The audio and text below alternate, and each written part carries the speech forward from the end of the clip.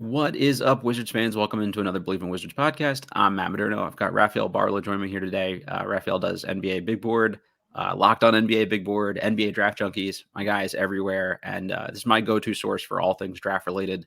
It's the only draft podcast that I check out every single episode of. So you keep me informed on these things. So I'm hoping you can kind of do that for the rest of Wizards fans here, and that they'll also go and check out the pod as a whole. So thanks for coming on, man. Oh, I appreciate that you listen every day. I mean, you never know who listens. I mean, obviously, people may come in here and there, but the fact you said you listen every day, and I consider you a draft guy. I know Thanks, man. you're like, oh, I'll you take it. cover It's the a badge of Wizards, honor.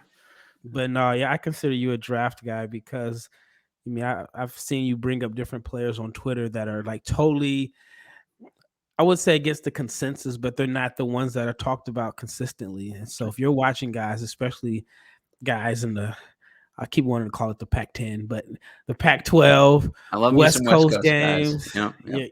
you're definitely a draft guy. So I appreciate you having me on. Yeah, thanks, man. The West Coast stuff is funny for me because it's after my wife goes to bed, so I have free reign to watch whatever random basketball I want at that point in the day, and they're usually still live. So been a lot of Mountain West this year and Big West and stuff like that. So it's been fun. Yeah, I Uh, keep falling asleep. I keep falling. I'm still messed up from being in Africa for 2 weeks. So by 7, 8 o'clock now, I'm exhausted. Then I wake up in the middle of the night wide awake. But I haven't watched live, at least live. I haven't watched a lot of West Coast games recently. well, plus you got the little guy to take care of too. I'm sure that eats up a lot of time and sleep and things like that. I have no excuse. I'm up that late anyway, so Yeah, easy. he's in bed by 8 o'clock. Okay, So that's get him good. his bath, and Yeah. his bath time is cutting into my 7, Sleep eight spam life. o'clock. Yep. But yeah. Hey, maybe before we get going just a little bit, I didn't preempt you on this, but you mentioned the Africa trip. Could you just tell folks a little bit about that? Because I think that was super cool to follow from afar. So, Yeah, anything so going on? I believe that there's another Wembenyama, Giannis. There's just another freak athlete on the continent, Mhm. and I got this like ambitious dream of like finding like the next great prospect, the NBA player with African roots. And so a guy I know, he was having a basketball camp, and they basically showed me some videos, just random, I mean, just terrible footage, cell phone videos of some Sure. players. And so we worked something out where I went out there and created some content for the camp, and just saw some of the talented players that they have. And I think that the next step is just really like digging into like the basketball in Africa. I mean, the talent is there. The infrastructure is still way behind, Mhm. and a lot of times when people go to Africa, they're just looking for what we can't find here, which is 7-footers Yep. at a premium. So they're just looking for bigs. But I think the next step that can really like change basketball is if you like develop these 6'8", 6'9", 6'10" that could be wings Mhm. because the athleticism and the tools are there. I mean, you look at a guy like Siakam, for example, Yep. and so if you can find the next Siakam, I mean that's a big win. So I just went out there. I was there for about 9 days to the basketball camp there, and I saw some guys that are pretty talented. The only downside of it is that like if there's some guards that are good, Mhm. maybe not like NBA prospects, but guys that can play college, it's kind of tough to help them out in a sense because we have all of that here in the States. Sure. There's not as big a demand for those Yeah, so guys. some of those guys that I think are good, they may just not have the same opportunities because they don't have like the college basketball system Mhm. and so on. So there's some guys there that are talented enough, like guard 6'2", 6'3", that could probably play college ball in the States that just probably won't ever get an opportunity to play past where they're playing now. So that's pretty unfortunate. You look at some of the teams that are having success, and a lot of West Coast teams actually that are kind of avoiding some of the NIL stuff. That they're having more of an international flavor or component to their team, and I don't know. Maybe that's an opportunity for people to get kind of a leg up on people, and it's sort of a copycat league even in college basketball. So if Yep. somebody has some success with it, hopefully that kicks off a little bit. Yeah, it's not as easy of a transition from like Europe. In Europe, it's westernized, and like some parts of Africa, I mean, you're going way back in time. Like there's a kid that I saw, and 7'3", Wow. 13 years old. He's 14 now. He just had a birthday. Was a goat herder. Oh, jeez. Okay. So never played basketball, never touched a basketball. Someone, saw him. Obviously, it's hard to miss. Sure.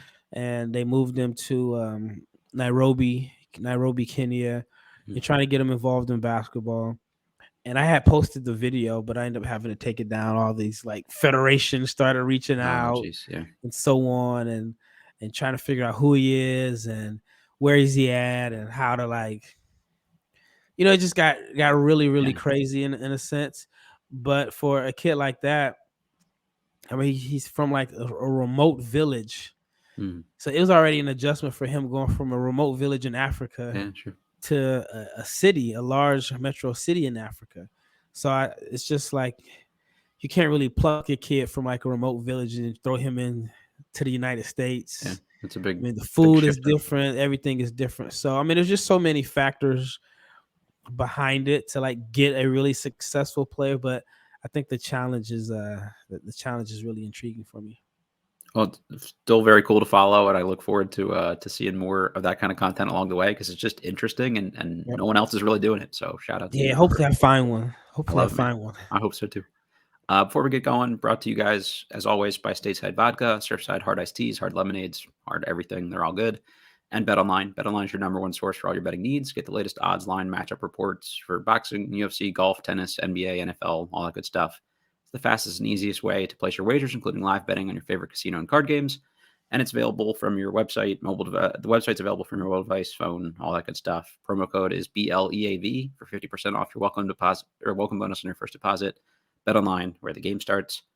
All right, so you guys just did, you and brother James did a mock draft podcast just a couple days ago, and thought this was an interesting time to kind of talk Wizards here a little bit because it's starting to look like they're guaranteed a top 5 pick at this point. And I thought some of the names were interesting. And I think we're probably far enough along in the cycle where, all right, we just have a pretty good idea of who the guys in that top 10-ish range, give or take, are going to be. So just to run down the list you guys had as the top 5, and the Wizards picked 5 in this scenario. Nikola Topic, number 1, Alexandre Sarr, number 2, Zaccharie Risacher, number 3, Modest Buzelis, number 4, and Ron Holland went number 5 to the Wizards. Next couple guys here, like Jacoby Walter went 6. Those are the kinds of names I've seen most commonly too in that general range. I guess James made the pick for the Wizards at Holland, but did you like that one there? Is that who you would have gone with? And I guess what would he look like as a member of the Washington Wizards? I wouldn't have went with that pick, honestly. Okay. Yeah. I think I may have went with Jacoby. Okay. I don't went with Jacoby, or I may have, if I'm the Wizards, I may have just taken the gamble on Rob Dillingham. Okay. I mean, I thought Barlowe last year was a pretty gutsy call for first-time GM, and I think that pick has worked out. And I mean, I was high on Barlowe. Like I was on Barlowe very early. Yeah, you were. Like I watched him play. It was like at a junior game, and I actually went to the game and just spent the whole time watching him on camera. And I was thinking, like, yeah, this is going to be good for 2024, next year's draft or this year's draft now. So I didn't think he would go high. And then his agent told me he was going to go top 10, like maybe like the day before the draft. And I still thought he was going like 8. Sure. And for him to go, what was it, 7? Yeah, technically 7. The Wizards traded up to get there. Yeah. And so, but that was a gutsy call for a new GM. And so I think that Rob Dillingham would probably be my swing for the fences choice. Okay. I don't see why he can't be like Darius Garland. And I know, it's kind of like his name was more associated with like flash and lack of substance. So I think there's quite a few people that was like their perception of him. But just the way that he's played this year, I mean, he's been efficient. He's coming off the bench. He's only playing about 25, 26 minutes per game, if I'm not mistaken. Yeah. I mean, he's shown flashes of passing. The offensive creativity's always been there. And if you're not scared away by the size, which I think if and I did a podcast before why I mentioned some guys in that same size.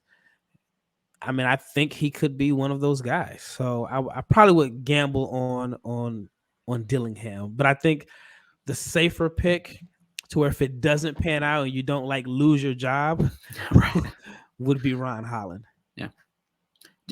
I mean, he's been a name associated with this range for so long. I watched a couple high school games last year and came away enamored with what, Ron Holland could do. And then maybe I'm just catching the wrong games, but every time I see an Ignite game, I'm just kind of underwhelmed. He looks a little smaller than I thought, a little slower and less athletic than I thought. And I thought he'd be able to do more kind of creation stuff, but I don't know what he does on an NBA court, at least for the next couple years. Like, what do you see the fit? I mean, can you play That's him the and hard Bilal together long term? Like, what does that look like? Yeah, that's the difficult thing with Ron.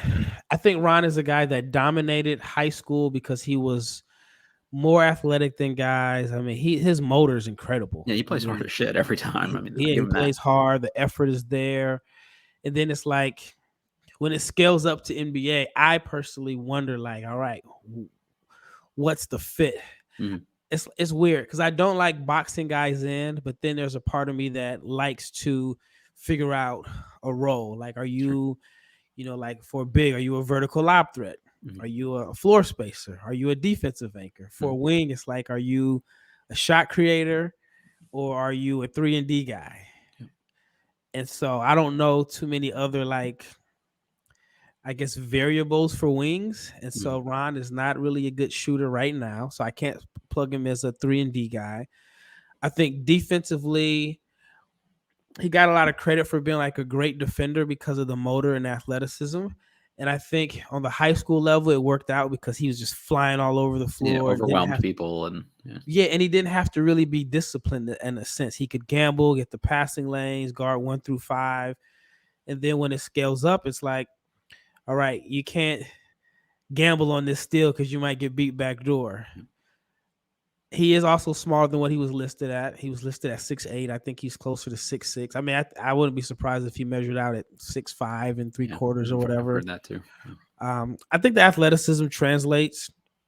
I'm just concerned about, like you said, what is his role? Not a Mhm. 3-and-D guy, not very creative off the bounce as far as like creating space and getting the shot off. It's pretty predictable. Hard drive right.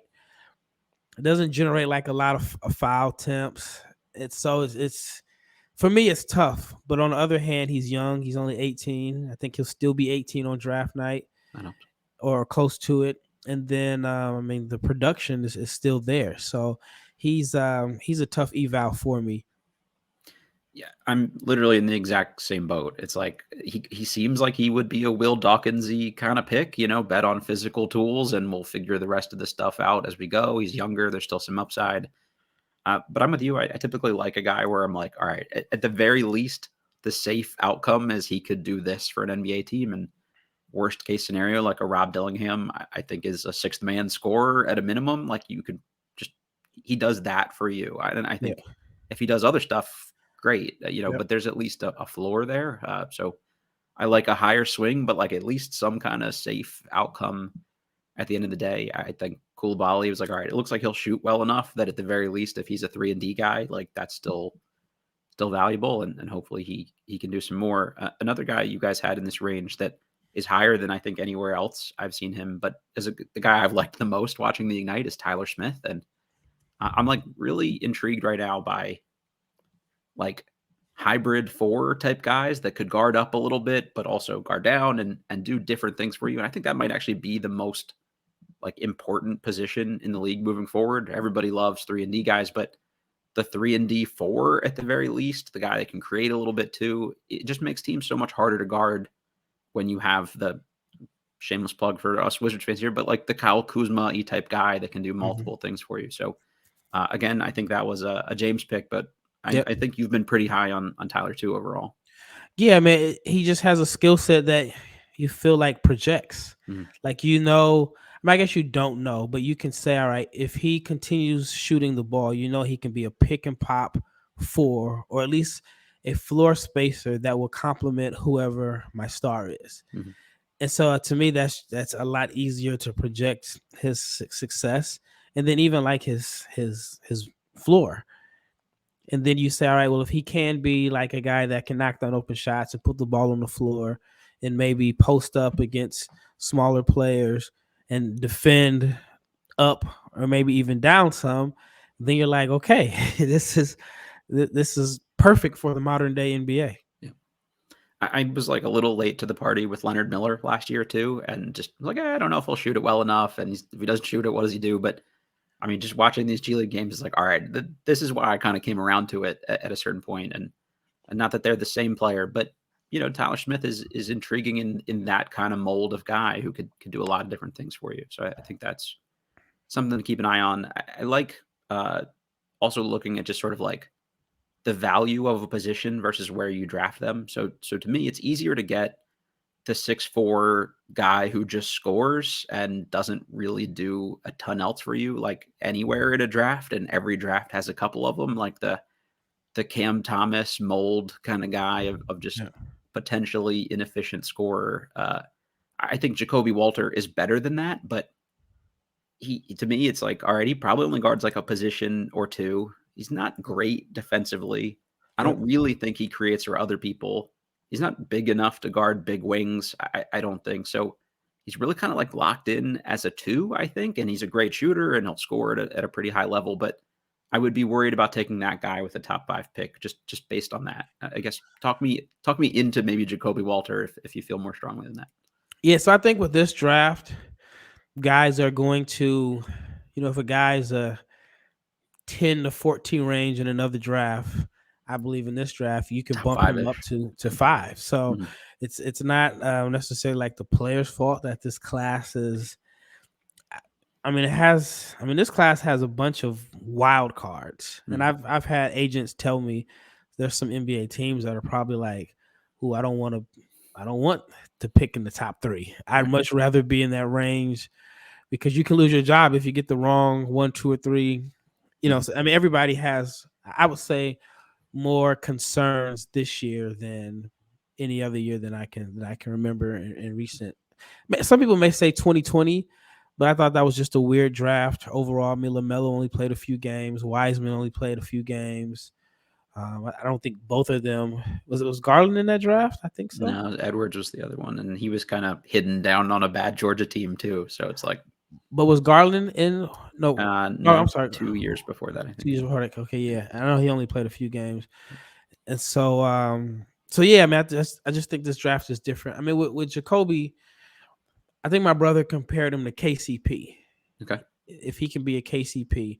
And so there were people that said that they didn't see it, but KCP wasn't really known as a defender in college either. I don't think they asked him to defend at all, really. I do think they asked you to defend at Baylor. Mm-hmm. The thing that would kind of scare me a little bit about Walter is he's just so, I don't want to say he's inconsistent. That's probably like a strong word to use.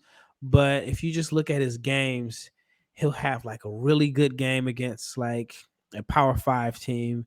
And then there's some games he just looks like he just didn't get up for. Like they had a game against like John Brown.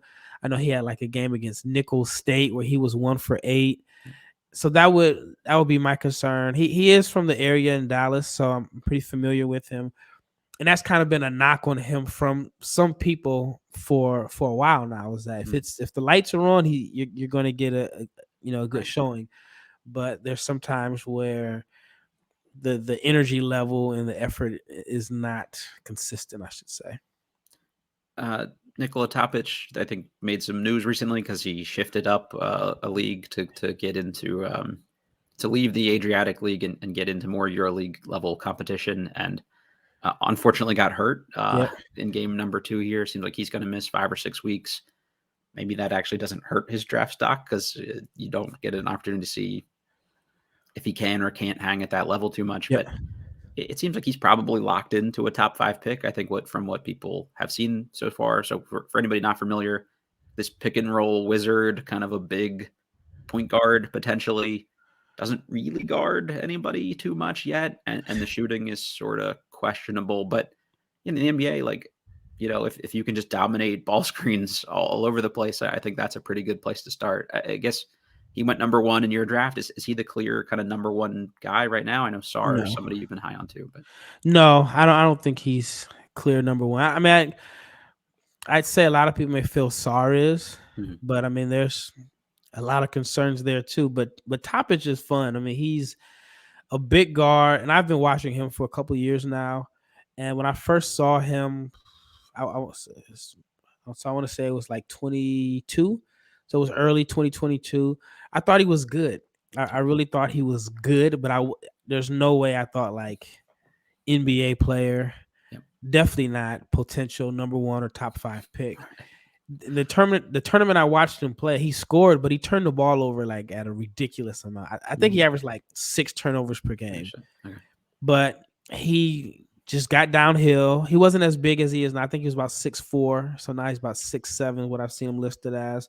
But Okay. just the jump that he's made over the past year or so, there's only one other player that I feel like has made that type of jump in a calendar year, and it's Bilal.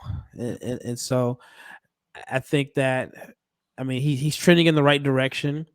I'm not as concerned about the shooting as others because I feel like a lot of his shots were off the dribble jump shots because everyone is going, they're just worried about him getting to the paint because Mhm. he's like this aggressive driver. And I don't want to make it a euro on euro comparison, but he reminds me a lot of like Goran Dragic at his prime. Okay. Like how Goran just got downhill, wasn't really like playing with the ball a lot, not a lot of dancing with the ball. It was give me a screen, Very I'm getting efficient. downhill, Yeah. I'm finishing at the rim, and I'm making the right reads and kicking it out to shooters. So he reminds me of like a bigger Dragic, not the shooter, obviously. Mhm. Dragic was a good shooter in his prime, but I think Topic can be. I was looking forward to seeing him play with Red Star because I figured he'd have a little bit more catch and shoot opportunities and how he would look in a reduced role. But just a few clips I saw, I think it was the game he got hurt. It was like the first play of the game. Aggressive drive to the rim, crazy environment. So you love the confidence, you love the fearlessness, and I'm going on a tangent here, but that's kind of what makes the Ignite tough to evaluate in a sense because there's no pressured environment. You're playing in Yeah. front of 38 people. There's no, I mean, is there an incentive? I mean, you want to win, Sure. obviously, but you don't have a rival. You're Mhm. not going into like, There's really no fans there most of the time. yeah. It's So an empty what pressured environment. environment do you have? You're going to play a bunch. And even if you're down by 30, it doesn't seem to really have that much of an impact. I think in college, if you're on a team and you're constantly losing and you're putting up numbers when you're down by 20 in the Mhm. first, it works against you. But for some reason, for the Ignite players, it hasn't. So anyway, back to Topic. I just love how in the 2 games that he played in the EuroLeague, he did not look like an 18-year-old that was that just played in fear or just shook by the environment. So I really love that about him.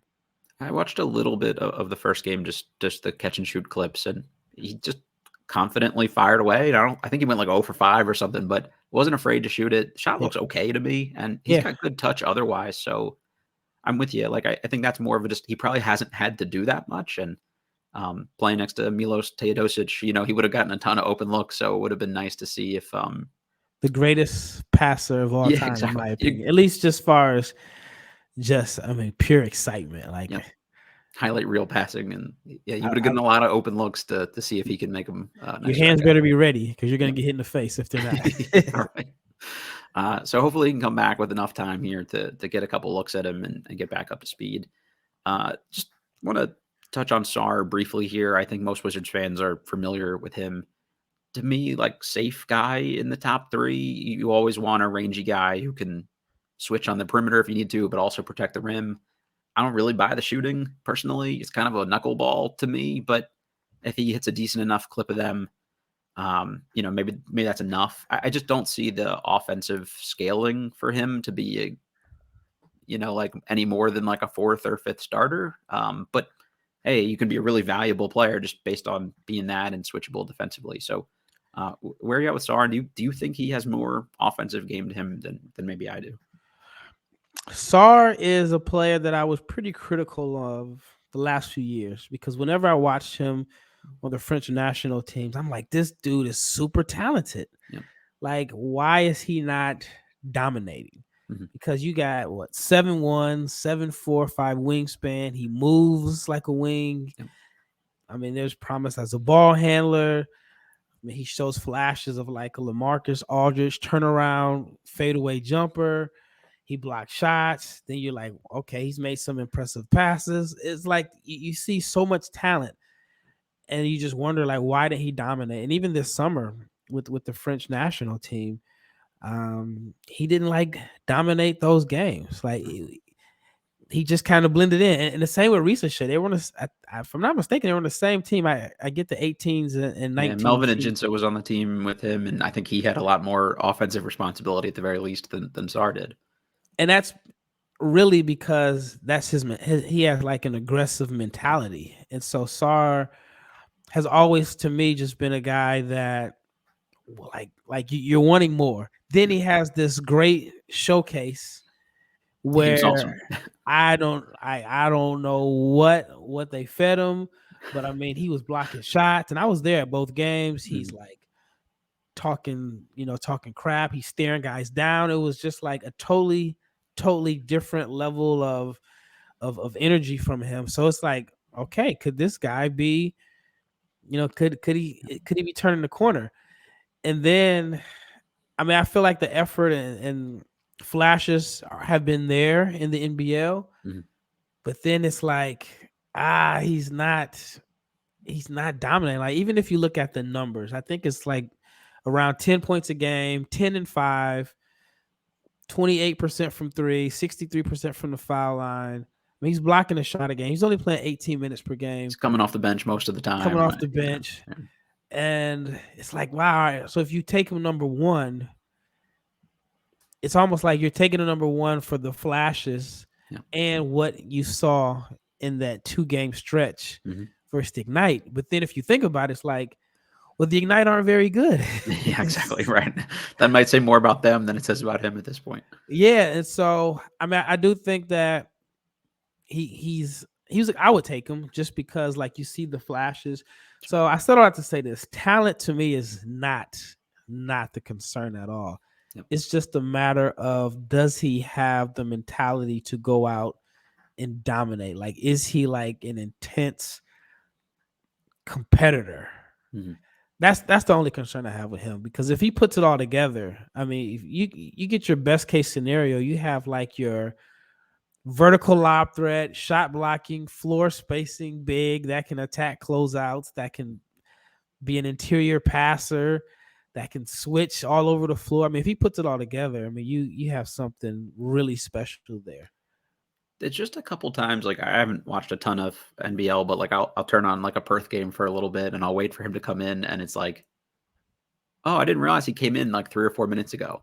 And that would scare me if I'm going to take a guy number one, even in a draft that people don't think is as, loaded at the top end. At least Topic, like, even in this EuroLeague game, like, you notice him. He makes the impact right away. And that to me, like, is it Risacher or Risacher? Shay. Okay. So Risacher, he's not going to do anything that like is too crazy, but you notice him when he's on the court, I think, at the very least, and they're going to create some good looks for him, and he's moving a lot, and he's not doing a ton of flashy stuff with the ball that often, but you still know he's on the court. I think, like, he doesn't blend in as much to me as I've seen Sarr do. And that's the crazy thing, is I've seen him play live twice this year. The first time I saw him play is when he was playing for Asvel, and I actually watched him play in the Espoirs League, which is like the second league before Victor, when Victor played there. So anyway, I thought, okay, this guy, he's going to be a top 5 pick the first time I saw him. And it was a blowout win. If I'm not mistaken, they played Bilal, Bilal Okay, Koulibaly, nice. and Bilal was, you probably wouldn't even recognize him at the time. Sure. And I thought like, okay, Risacher is going to be a top 5 pick. Mhm. And then I started watching him more and seeing him live, and it was like he always had his best games when they blew teams out. But when it was like a No competitive game, pressure. Kinda, yeah. that's when I started to like have concerns about him. So even the game this summer, I think the championship game, or if it wasn't a championship game, it was the game before the championship game against Spain, which is a big rival. Yep. He either had 0 points or 2 points. Yeah. And when I went to watch him play this year, he had 3 points, but it was against Monaco, which was a team that, EuroLeague team. Yeah, it's They adult won the men on French that team. championship Yeah. last year. I thought he had some good moments defensively. Mhm. And then the second game I saw him play, he played against Melvin Ajinka, and he had 12 points, but I want to say they all came in the second half when they were down by 20. Mm. So when you look at, like, I'm at the game or leaving the game, and I see like the posts on Twitter, and you see like all the points, The and you see the highlights. threes made, but it was totally different being there. Feeling it. Okay. Just like watching the game. And so that will be my concern for him. But I mean, you can't deny the production. He's shooting the ball. I actually think he's bigger than what he's listed. I mean, I've seen him listed at Pushing 6'8". Yeah, he's like 6'10" maybe. Like I think he's 6'10". Yeah. Like when you see him, he has the look. Like even though he's not physically strong right now, you look at like his legs and you just see how he moves, and you're like, okay, at the minimum, he could be the guy that defends all over the floor. I mean, the game that I saw him against Monaco, they put him on Mike James. Mike James is going to be the EuroLeague's all-time leading scorer. Right. And he defended him well, picked him up full court. So that's when I became more so a fan of him on the defensive end. I saw like, okay, I can see if he can knock down shots. It's just the offensive creativity. He's not doing much else. People need to create stuff for him, it seems like. Yeah. And so even then in a normal draft, I don't think you want that high. Okay. And so I think best case scenario for him, if he's in like this Michael Porter Jr. role, where he's, this big floor spacer that can do a little bit more than that. And but maybe not necessarily like get to the rim. But if he's like a defender, floor spacer, cutter, transition finisher, I mean, I could see him having a long road there. I do think that, again, like this class, I don't know if he'd be top 3 in another class. And then I feel like even if, go to like the worst teams, they already have their guy. So you can be a top 3 pick, and it's totally fine being in a complimentary role. Maybe Washington is the team that you're looking for that guy to build around, which could be tough for one of these players coming in. I think to me, like you said, complimentary role. I think it's a safe bet to me that he comes in. It's just like a solid, at the very least, rotation guy. I wouldn't even question. It's how much can you scale up from that if you don't kind of create for yourself or others. The French guy I've been more interested in, and I got like weirdly caught up in watching their French under-18 team over the summer, was for TJ, or I don't know, they called him TJ a lot on the broadcast, maybe because they couldn't say his first name, Tidjane Salaun. Yeah. He's like more intriguing to me than Risacher overall, like probably lower floor, but the ceiling is more interesting. He was all over dudes on the under-18 team, like in passing lanes. And I want to say he almost had like 3 steals a game, but like they were afraid to throw the ball on the half of the court that, the side of the court that he was on, because he was just long and everywhere and he moved well. And you're starting to see some pop from him, like doing some stuff for other people. He's shooting the ball like decently. The percentage isn't actually great, but he's like confidently hitting enough of those things. Yeah. And the game that he played against Risacher's team, I don't think they guarded each other at all, which was kind of disappointing. But to me, that's like a bigger swing that if I were in like the 7, 8, 9, 10 range, that's the guy I would kind of consider. Yeah, I mean, he's a swing for the fences guy. I mean, he's a guy that like, all right, he's on the court. He checked in the game. Yep. I think what's crazy about that situation is he wasn't someone that was like considered, a potential NBA player since he was 13. So there's still like a rawness to his game where it's like I gotta earn my minutes. Like nobody's really giving him anything in a sense. And so he comes out there and he's just playing hard. Like, I mean, the turnovers and some of the plays, the decision making, you could tell it's raw. But it's two things that I see out of him. One, he's very confident, and two, he's bringing effort and energy, and he's got this toughness to him. Like he's got this toughness and competitive fire, and sometimes that's been a knock on some French players in a sense, is that I've always felt like talent wise, I mean, they're just as skilled as like a lot of American players, but sometimes, there's like this extra competitive fire or dog that some of them may lack. But he's like a dog. Like, I mean, he'll dunk on you. He's tough. And so I think if you're a team and you're like, we have the timeline to wait on him and develop him, there are some flashes of shooting. He could be like this, this athletic defender, energy guy that has some skill to his game. So I wouldn't be surprised if he's Koulibaly 2.0.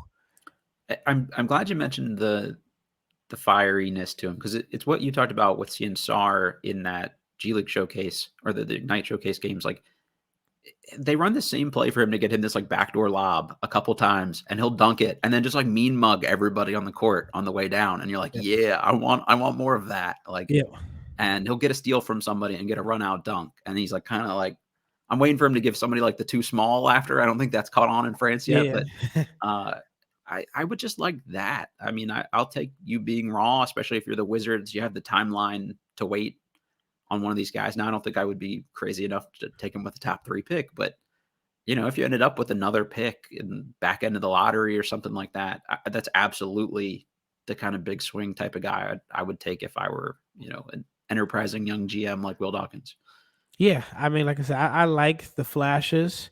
I mean, I saw him play at Basketball Without Borders last year, and he was someone that stuck out to me, but it was like, I mean, the decision making was like bad, up and down. I mean, sometimes he's a guy that he'd make a great play, like what, let's say it was a block or got a steal or athletic slam, and then he'd come back the next possession and shoot a step back 3 when you don't need to. And so if he can just kind of, just that confidence and energy and just kind of channel it in the right way and then continue to work on the skill set, he could be someone that ends up being a top 10 pick based off potential, but then 5 years down the line or even 3 years, you're like, man, he should have went higher. He seems like the guy this year, like the Koulibaly of this year to me, like where I bet most people had never heard of him prior to like October. And now it's like, lottery guy. So he's way earlier because Barlowe didn't. I mean, he was really out of the rotation until March or something like that. Yeah, pretty much. Yeah, he wasn't starting until like the end of the season, basically. So and he told me that he wasn't supposed to play at all, and they just had a bunch of injuries. Yeah. And it's just crazy how it all works out. I mean, his agent is the same agent as Victor's, and so the agent also represented the coach of the team. So the agent had some power in a sense. Like, if people follow like what's going on with the Metropolitans 92 this year, like they're like the worst team in the French league. Victor kind of saved them, got them all type of eyes and exposure and sold jerseys in a sense. And so the agent Bouna N'Diaye had some power there. And so he was able to like, convince the coach. Bring my guy up. Yeah, let Barlowe play. And so Barlowe was saying even with that, he still wasn't going to play much until they had a bunch of injuries. So he wasn't trending until like very, very late. Like, I mean, you talk about perfect timing when to trend up in a perfect situation with all eyes on you with Victor and you're on the NBA channel. And it's crazy because Tidjane is trending in that direction early without those factors. Right. He's bringing the eyes. Yeah. He's been on NBA TV a couple times a week. Yeah, that's pretty cool. I think he's definitely a guy worth keeping an eye on for people. And if he's the guy at the end of the draft that people are surprised about on draft night, it also wouldn't shock me. just kind of in that general mold of maybe higher upside potentially guys that haven't had, I don't know, a ton of production yet. Stephon Castle for UConn, bigger wing, kind of point forwardy stuff, but doesn't really shoot it, but is defended a lot better than I kind of expected. One of our frequent Wizards fans here, Riley Richards, is that's his guy. So I had to ask about Castle for him. Where are you at with Castle? Has the injury kind of, held him back, I guess, from a draft perspective at all? Yeah, he made a really interesting decision because if he would have taken the Darius Garland route or Shaedon Just shut Sharp it route, down. I think that his draft stock, based off of the hype that he had coming in, I thought it was high enough to where, I mean, of course, teams want to see more of him, Sure. but I thought that he could have. He would have been in a good situation just because of the size and the playmaking. And so for him coming back and not looking like, I mean, I think this last game he started to look like himself, but playing hurt just kind of shows, it tells you a lot about him as a competitor. It tells you a lot about him willing to take that risk because he went out to play, and how he was, didn't make the decision all about him. He's a team guy. He's about his teammates. So I think that helps him out, even if the play is has been up and down, which you expect it to be. Sure. I've never had surgery before, but I just think it's crazy when people say minor surgery. You know what I mean? Like, anything's a big deal, especially when you play an athletic sport that puts a pounding on your body. yeah, and it was a knee. It wasn't like a hand or, you know what I mean? So it was a knee. So I think like,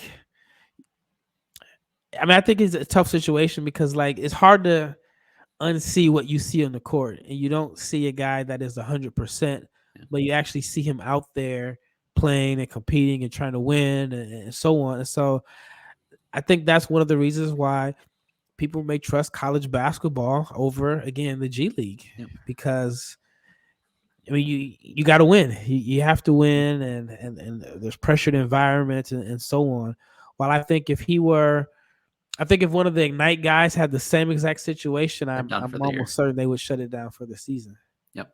I think it's exactly the point you touched on there that's been most impressive to me is just he doesn't come in and be like, all right, I got to get my numbers because I'm trying to be in the lottery. Like, he seems happy to just be a connective passer and like guard up on people. And, Danny Hurley is not going to suffer a non-defender like that from somebody young who has the capability to do it. So I think he's a guy that, if he overperformed his draft stock because we didn't get a real look at him healthy, it wouldn't shock me. Yeah, and like I said, I don't know him. I don't know much about him, but I will say that I like the fact that he took the challenge to go to a school to where he probably knew he wasn't going to put up like crazy numbers. Yep. You're going to be coached at UConn, and I thought like he picked a challenging situation, and then by him coming back to play after having knee surgery, missing a month, he still is up for that challenge, and he just seems like a win guy, a team guy, someone that you want on your team. So I like that about him. Now the passing, I think he was overpassing at first. Like the first couple games, he was trying to, I guess he was playing a little bit too unselfish. I thought there were times where he had a layup and then he overpassed trying to get an assist. But that was early in the season. But I think if he puts it all together, you could have like this big point guard. If not a big point guard, a big connective tissue. If he shoots the ball well, then I mean that's a weapon that can play on the floor with anybody. It's another guy that seems to be a mold NBA teams are hot on right now, or the archetype that people are emphasizing every year. So come workouts, I think that might be another guy that can rise a little bit. Do you think he's a guy that he strikes me as a guy that may not look good in workouts? Like he's going to be at his best in 5-on-5 play. Because I think if you put him in workouts against certain guys, I don't know if it puts him in the best situation, especially if he's not shooting it well. Yeah, I don't think you want him in like 3-on-3 against a really tough defender or something like that. Like if I were his agent, I would be ducking certain guys for him. But I don't know, if you put him in a 1-on-0 situation and let him show off his ball handling and Yeah. some of his skill type stuff, it might help. I think he's a pretty good athlete, so that might Yeah. help too. You don't really get to see him like unleashed athletically a whole lot on this UConn team, so that might surprise some folks. But yeah, it's a good point. I think that'll be interesting to see. Not to label somebody this young, but kind of the other end of the spectrum here has been Isaiah Collier. This is a dude I actually think would have been smart to go the Ignite route because one, they needed another point guard, and two, he wouldn't have had to worry about the winning piece of it so much. And he doesn't seem super worried about the winning piece of it so much this year too. Like he doesn't really guard anybody, and once they get down, it seems like he kind of phones it in a little bit. I think Collier was a name that Wizards fans seem to resonate with because I think we're desperate for a point guard after Yeah. not having one for so long. But not been big on Collier myself. I would just want to have guys that are at least theoretically more likely to be two-way guys and could also defend multiple positions in a best case. And I just don't really see that from him. I don't really buy the shooting. Yeah. And It's hard to. yeah, I just even when he started out a little hotter, it was like I don't might be some fool's gold kind of stuff here. So he did not make the top 10 for your guys' board. I guess where are you at with him kind of overall so far? I mean, it's hard to unsee what you've seen. I Yeah. mean, like the scoring is, good, 15 points per game, but like the shooting is a work in progress. And I just think it's tough to be a point guard that can't shoot when everyone goes under. Yeah. And what makes it even tougher is Especially that, if you're little and not, or little yeah, I mean, he's his decent size. size is, I just mean not like the 6'6" kind of yeah, guy. yeah. I mean, here's why he's a tough eval for me. Because I don't know if he can be a good shooter in year 1 or 2 in the NBA. And if you're not saying that he has to be great, but you got a small window, or your replacement is coming like the next year or two. Mhm. And so I think he has a ways to go as a shooter, and it's kind of like it's different than what you said. So I watched him shoot this summer at Impact. I was in Vegas for Summer League. I go to watch somebody work out. And he was there early in the morning, and it was just catch and shoot shots. And I thought to myself, well, it's good to see him working on shooting off the catch because he's probably never had to shoot off the catch. He's probably had the ball in his hands. And I wouldn't say he shot the ball great. And so I was like, okay, shooting is going to be it's going to be an issue for him this year. Then he got off to the hot start, and I'm like, okay, well, maybe. Yeah, the work paid off or whatever. Yeah, maybe the work paid off. And then now it's like, okay, the shot just looks. I mean, right now he's at like 27% from three. I think so. Yeah. And that was after like the first Strong 6 start. games. Yeah. He was, in Close to 40 almost. I mean, yeah. So it's like, whew. Then you got the below 70% from the foul line. And then at one point, I felt like the assists and the turnovers were about even. Now he's at like 4.4 assists and 3.7 turnovers. But at the same time, that's a lot of turnovers for your point guard, especially someone that, I mean, like Cade had more turnovers than assists, but Cade was a big guard. Yeah. And I think a lot of people blame the lack of talent on his team. Well, this USC team has it's got talent. some dudes. Yeah. You got Kobe Johnson, who a lot of people thought was draft pick. He's not really having a good year. Yeah. And then obviously with Bronny, I mean, they've only had a couple games, but yeah, just the turnovers. And then I just felt like the passing hasn't been as good as advertised. Like he was advertised as like this really good point guard that was a crafty or creative passer. And I really just see basic. Yeah. Here's the ball, Boogie Ellis. Do your thing. Yeah. So he's someone that, I mean, I think he's going to really need a strong performances in conference play to be a lottery pick. Because right now, if you're just watching and you strip away the hype and how well he played at the McDonald's game, it's hard to say, like, I mean, this guy's the best point guard in this draft class. Kind of the opposite for me. I'd heard a lot about Collier coming in. I knew nothing about Reed Sheppard coming in, and I just want to touch on him briefly. My guy Oz wanted to talk about him on here a little bit. I haven't watched a ton of Kentucky, to be honest, but he stands out every time he's on the court. He does just smart, good stuff, and he's coming off the bench and seems cool with that. And Same with Dillingham. Like, you might be the 2 best guards on the team, and you're cool not starting. Yeah. I don't think there's a might to it. Yeah, right. Exactly. I bet you they beat the starters in practice. Yeah, wouldn't really shock me. I still not totally out on DJ Wagner long term, but it's still he's been really good, and I didn't see this coming. I mean, he was like 75th in their recruiting rankings or whatever, I think. So I don't know that anybody saw one and done coming. But are you sold on Reed Sheppard? Is he a first round pick this year for sure in your mind?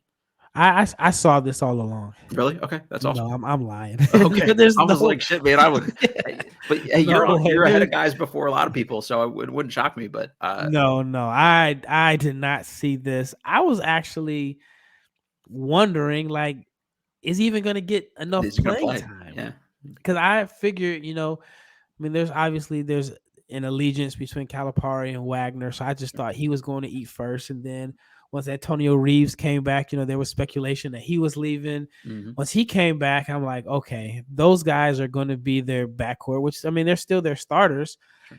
And then when Rob came there, I was just like, you got 3 freshmen that kind of play the same position. Mm-hmm. I don't know how it's going to work. Somebody's going to be the odd man out.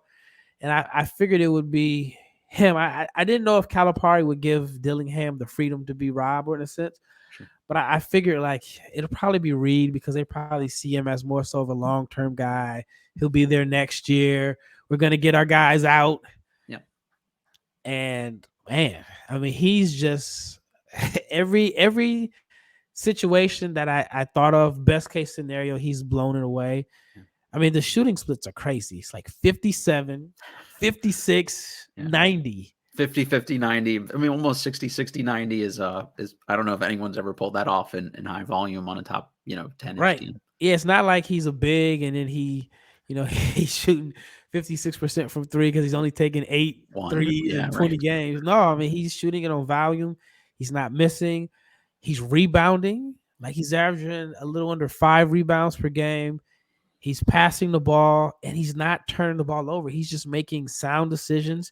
Their whole team is weirdly efficient to me, and I would not have thought 3 freshman guards playing this many minutes would yield like one of the most ball secure teams in college basketball. That's wild to me. Yeah. I mean, it's definitely not what I expected. I mean, I thought Justin Edwards was going to be the guy. I actually had him number 1 coming into the season. So, yeah, I mean, it's just hard not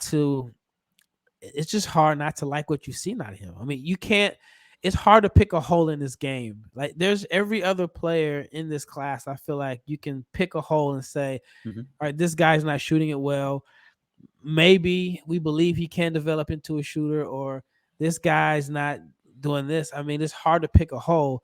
Only thing about Reed Sheppard that I don't like is that some of the comparisons I've seen, like, somebody asked me what's the difference between him and Mac McClung, and I'm like, what? I mean, that's just the laziest comparison ever. Yeah. They're like totally different people. Yeah, Mac was a dunker who didn't really do a ton else, and Reed Sheppard does everything else you want on a basketball court. I mean, for starters, one was efficient, and one is, like, I mean, he's just playing so well that, I mean, it's just hard not to like what he's done.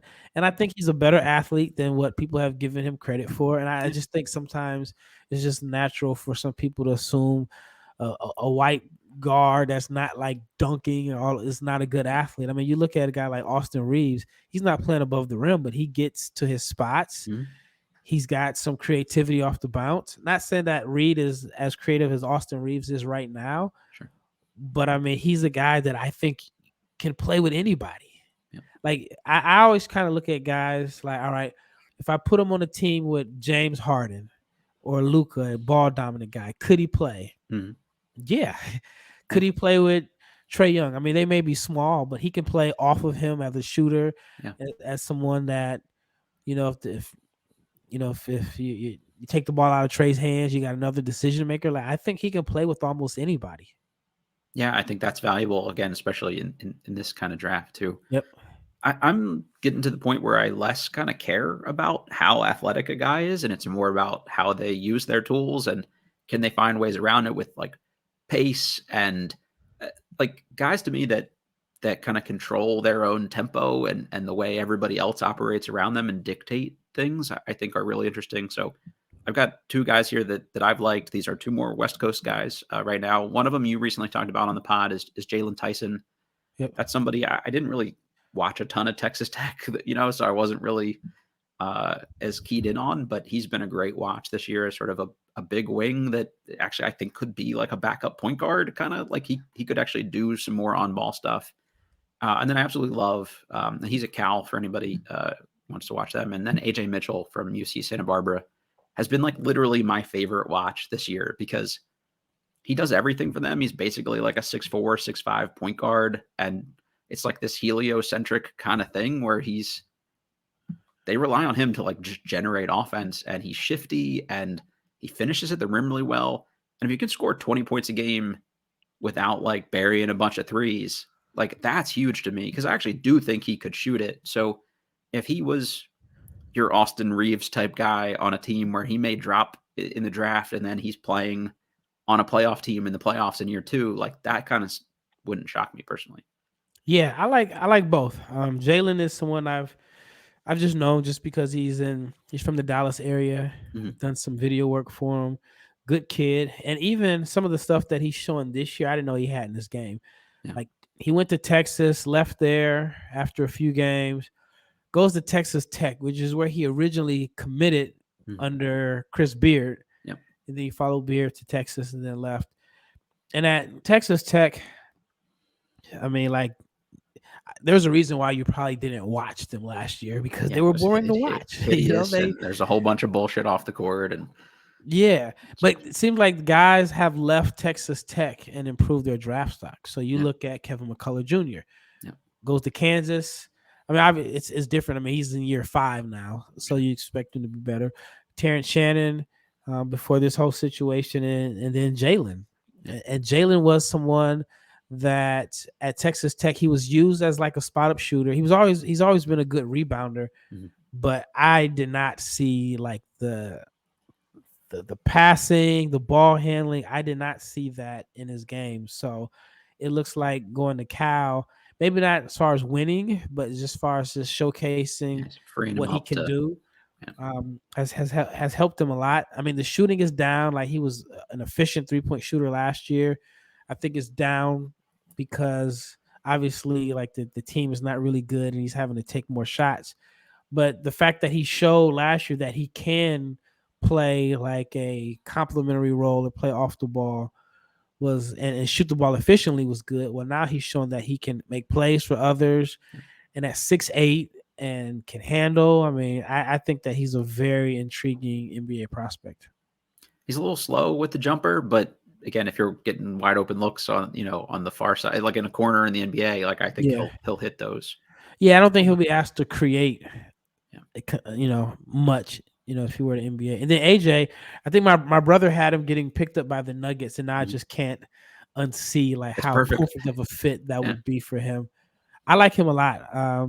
Somewhat of a reluctant shooter from 3 and much better shooter off the dribble than on the catch.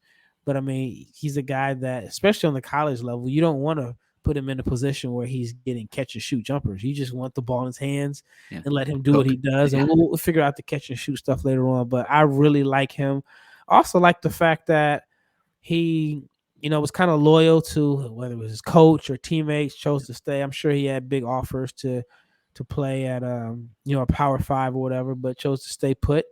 And I mean, I think that he's somebody that could really rise up in the draft. I mean, we've seen guys from mid majors in the last couple of years, whether it's Podziemski or Jalen Williams, kind of rise. That's really the comp is like a Podziemski level guy. I mean, he could play on or off ball. I mean, he's probably not the shooter, especially off ball that Podziemski is, but like rebounder. But who is he's a good rebounder? But yeah, Podziemski's different. That one still doesn't make sense to me that he's that good, has that much of a nose for the ball that he does. But I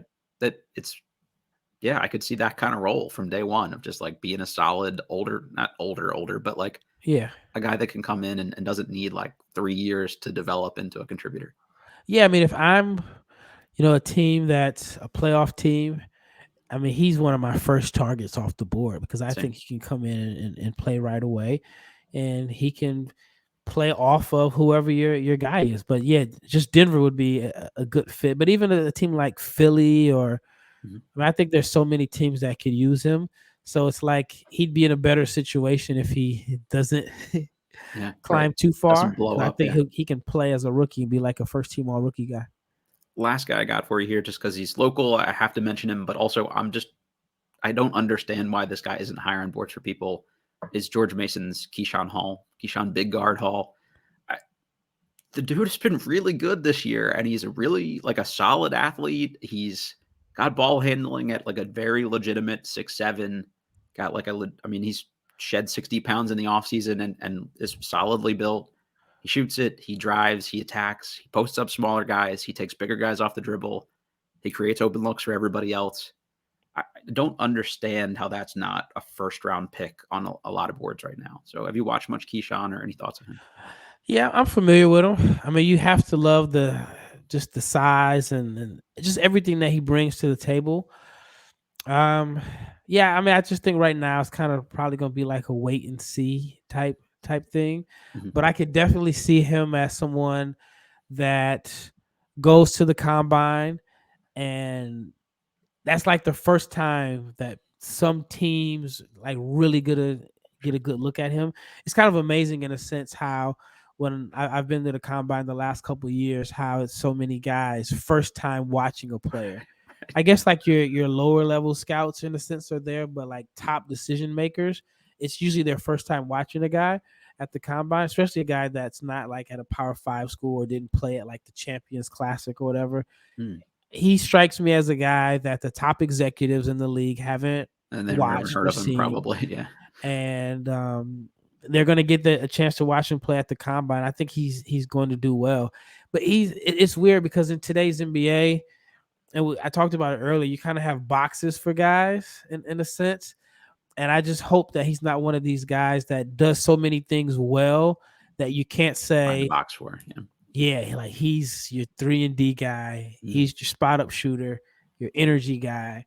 And so I think sometimes having so many different skill sets that you're good at makes people intrigued by you, but then they're trying to figure out how do you fit in today's NBA. And I think Dylan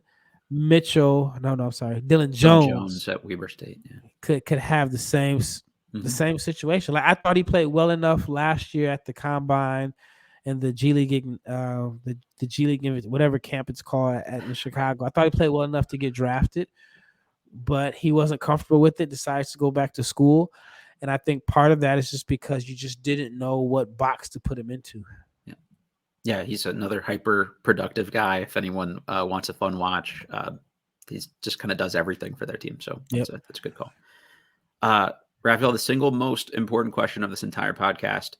If people want more of your content, where can they find it?